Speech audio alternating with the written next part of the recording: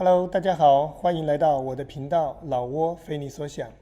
昨天我们说到了老挝辽都公学的2021年的学费情况，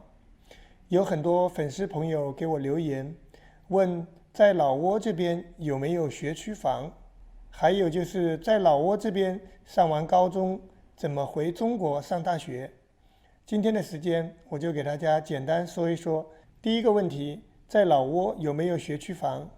学区房这个在绝大部分的国家都是没有的。在美国虽说有学区房一说，但是基本都是只要在那个地方租房子就可以在那个地方上学。在老挝是没有学区房这个概念的，所有的学校只要你能通过入学考试，基本都可以在那里上学的。不管你的户口在哪里，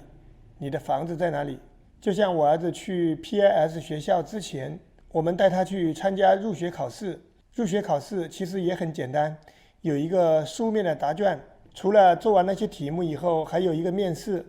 主要是一些口语的沟通。但因为当时我儿子是没有接触过英文的，所以第一次去的时候，学校没有录取。学校建议我们参加一个学前的培训班，把简单的英文基础知识学习一下。后来我们把他送到了另外一个英文学校 KIS， 在这个学校里面一边上课一边找了一个课外的老师辅导。在那个学校上了1年以后，再考试到 PIS， 第二次考试就考过了。不光是幼儿园、小学、初中、高中，老挝这边没有学区房一说，就算是上大学，不管你是哪个高中毕业的，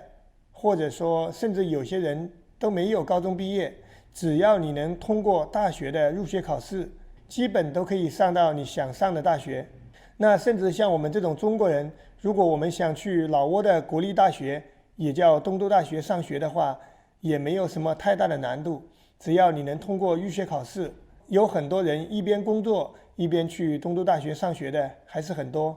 对于很多朋友问到在老挝这边上完高中怎么回国上大学，就像我昨天介绍的辽都公学，有很多在这里毕业的人去到中国的清华、北大，我认识的朋友中就有好几个。他们回到老挝以后，一般都是在政府部门上班，都有一个很好的工作。至于我们中国人在这边上完高中，然后再去上中国的大学，是不是可以呢？也是可以的。如果你在上高中的时候，在学校这边拿过一定的奖项，那么有可能会被学校保送去中国比较好的大学。当然，更多的中国人很多会选择那种国际学校，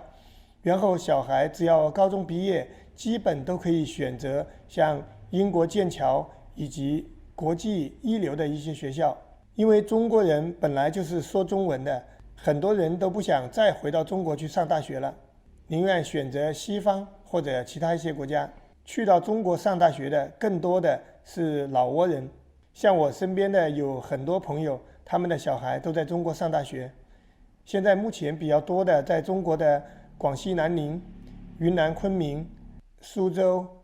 北京、上海都有。所以说在老挝这边上学，然后再选择其他的国家留学，不是一个很麻烦的事情，反而比在国内的朋友有更多的选择。当然说来老挝这种国家上学，一般都是父母在这里有工作，想把小孩带在一起，这种情况也没有几个人专门说把小孩送来老挝上学的。所以说对于那些根本不了解老挝，在老挝也没有工作没有生意的这种人，我这个视频对他来讲就没有什么意义了。好了，在节目的最后，我们一起来学习几句简单实用的老挝语口语。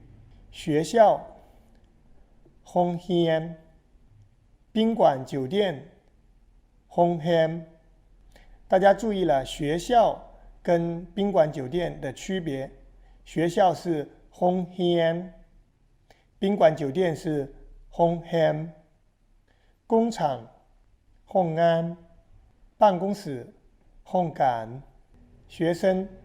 Na Hian， 学习 Hian Nang Sử， 老师 อาจารย์ 外国留学 ไป Hianต่างประเทศ